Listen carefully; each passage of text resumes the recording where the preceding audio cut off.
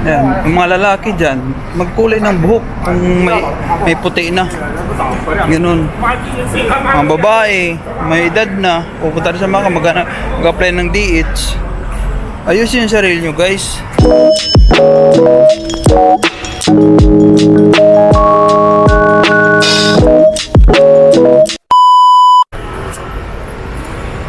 Hello guys, magandang gabi. It's me again, Kamutka TV.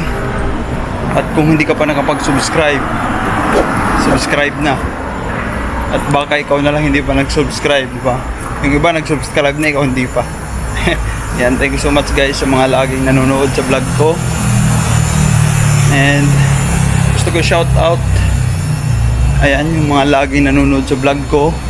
At sa mga gusto ko rin shout out yung mga nag-apply ngayon dito sa Macau, yung mga mandirigma natin na hanggang ngayon di pa rin sumusuko.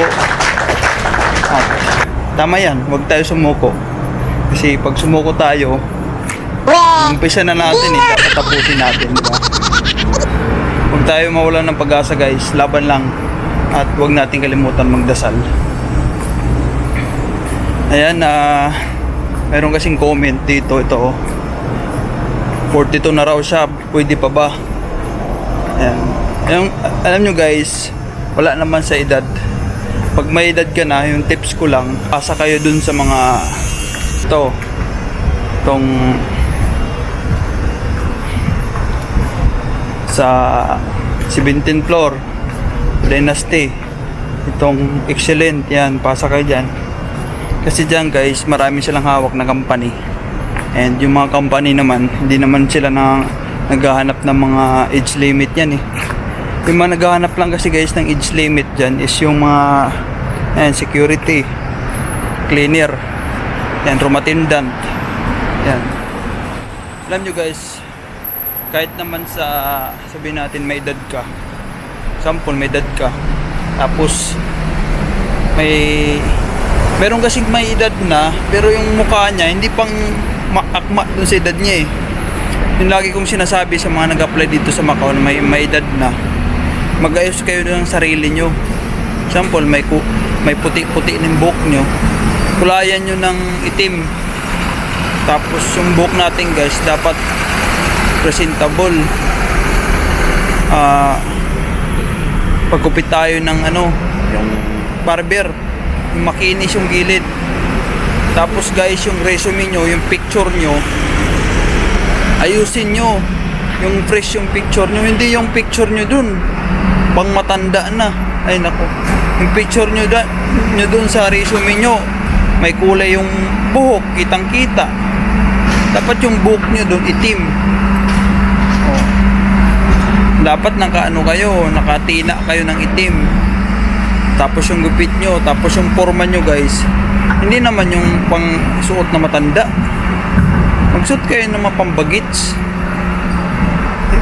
Dapat kayo, pormang-porma magsuot. Hindi yung pinangatawanan nyo na matanda na kayo. Huwag yung pangatawanan guys. Dapat formal suot nyo. Dapat yung appearance pa natin guys, tapos lagi tayo nakangiti, ganun. Kasi pag pinangatawanan natin yung edad natin, example 42 na tayo, tapos pormahan natin pang 42, pang matanda, ay naku, wala talaga, wala kang chance. Dapat importante guys natin yung baril natin, yung resume natin, dapat maayos yan. Dapat yung picture natin doon, kung pwede edit pang bata, ang mukhang bata, pa-edit nyo na, di ba? Kasi doon kasi sila nagbibigay sa resume mo picture mo eh. Kung yung picture mo doon yung pang matanda ka na doon, ay wala yun, negative yun. Huwag ka na umasa, makakahanap ka ng trabaho. Ayusin nyo yung appearance nyo, yun yung pinaka-importante. Kasi doon sila nagbibigay sa resume natin, nakatingin, yun yung titingnan nila. Tapos yung experience natin guys, ayusin pag may edad na kayo. Tapos huwag kayo mag-focus sa mga agency. Pag may edad na kayo, punta kayo sa mga company, sa mga building, sample sa mga logistic company, ang delivery. O kung may skills ka naman, example, skills mo is bakery, naggagawa ka ng bakery sa Pinas, naggagawa ka ng nagluto ka ng tinapay, punta ka sa mga bakery, pasa ka ng resume.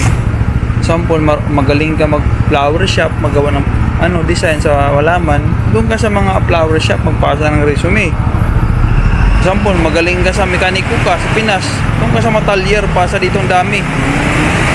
Kung anong skills mo, doon ka magpasa, huwag kang mag-focus sa mga agency. Kasi more on agency dito guys, Macau, naghahanap na rin ng age limit. Lahat naman may chance makahanap ng trabaho. Dapat lang talaga sipag at saka hindi ka mahihain. Kung mahihain ka dito sa Macau, ay nako, hindi ka makahanap ng trabaho, ang tagal, balik-balik ka dito. Lalo na po, lagi ka lang sa agency sa agency ka lang lagi nakasandal. Wala yan. Dapat mag-iba ka na ng ruta. Kaya yung may mga edad na pupunta dito sa Macau, may chance kayo guys. Sipagan nyo lang, ayusin yung sarili nyo. Yun yung pinakaunang Kasi marami akong nakikita dito sa Macau. May mga kakilala din ako na pinagsasabihan ko na ayusin yung sarili nyo. Huwag kayong magmukhang ayusin nyo yung hindi naman kayong mukhang matanda. Yung ayusin yung sarili na magmukha kayong bata. Ayan, yung mga lalaki dyan, magkulay ng buhok kung may puti na. Ganun. Mga babae, may edad na, pupunta rin sa mga mag-apply ng DH. Ayusin yung sarili nyo guys. Tapos, kung may kulay kayo ng buhok na itim. Kasi, mukha talaga kayong matanda niyan. Kaawaan pa kayo ng employer pag ganun. Sabihin na magpahinga na lang kayo, Nay.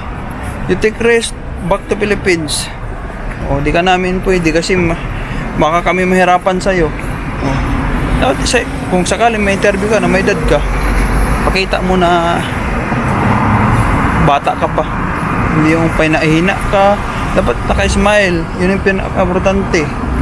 O, ibida mo agad yung experience mo.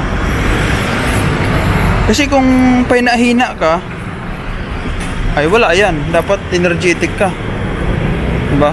Huwag mong sabihin na, ay matanda na pala ako. Sabihin mo, bata pa ako, kaya ko magtrabaho. Oh. Age doesn't matter, sabihin mo. Diba? Yun yung, huwag mong i-counter mo agad sila pag sinabi mong matanda ka na. No, sabihin mo, age doesn't matter, ma'am. I can do everything. I'm still strong. Oh.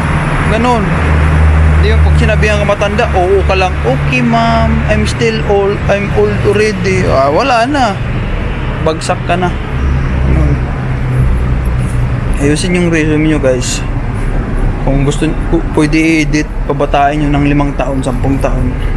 Kapag mukhang 30 years old ka, kung 50 ka na, 42, ayusin nyo. Yun lang guys, yun lang advice ko. Sana kapanood to ng mga may edad na napupunta ng Macau, maghanap ng trabaho. Yun lang guys, and I love you all. Ingat kayo lagi, God bless sa lahat. And huwag tayo maulan ng pag-asa hanggat may visa, may pag-asa. I love you all guys. Thank you so much, God bless.